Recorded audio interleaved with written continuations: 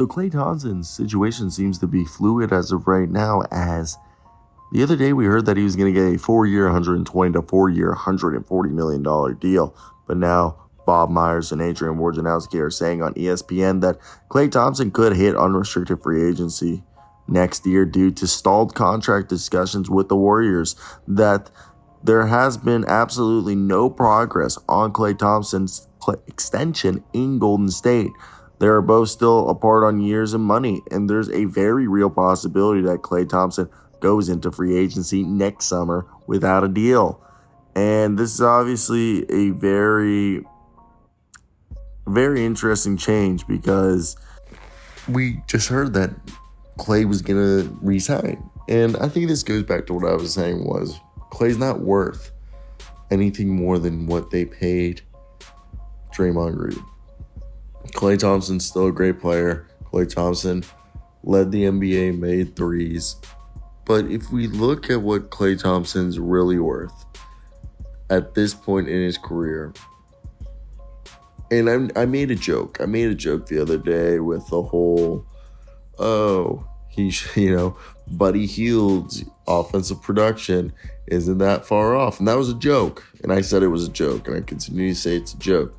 But the whole thing is that $120 million, $140 million isn't worth that extension. But I think over here, if we look at his current production, I think he was making 32. He's coming off a 5-year deal, and I think it gets hard to see, looking at Klay, is he worth $30 million? I think if the first year or two of the deal is $30 million, sure, I'd give him $60 million over 2 years. Now, the last 2 years of the deal, I'd give him 40, and that's why I maybe front load the contract in that sense. Give him 4 years, $100 million, 60 over the first 2 years, and 40 over the last 2, and that way you can spread the cap hit.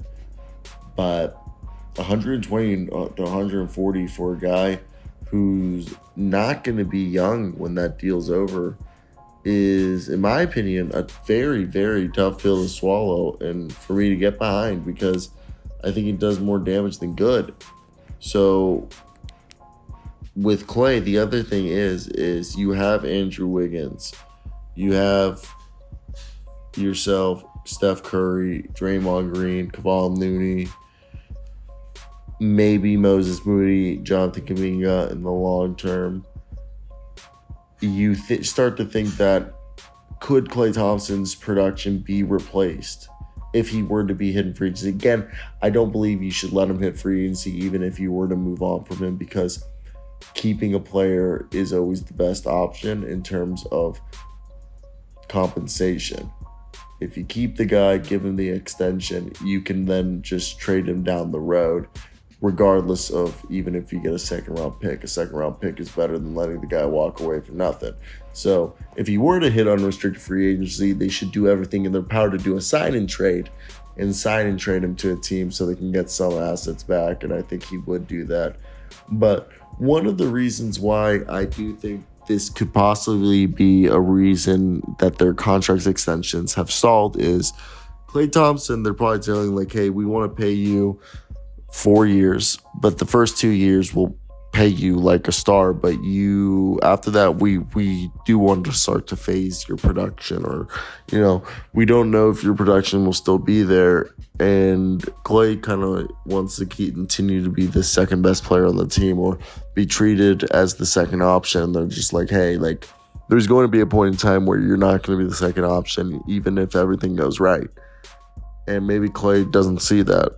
Maybe Klay's like, I'd rather hit free agency. I'd rather go see another team and get that Gordon Hayward treatment and go to a team, for example, like Gordon Hayward went to Charlotte and get the money, or go, how he did to Boston, and be able to be like the number one, free agent target for a team, and get the whole wine and dine experience that he never got before.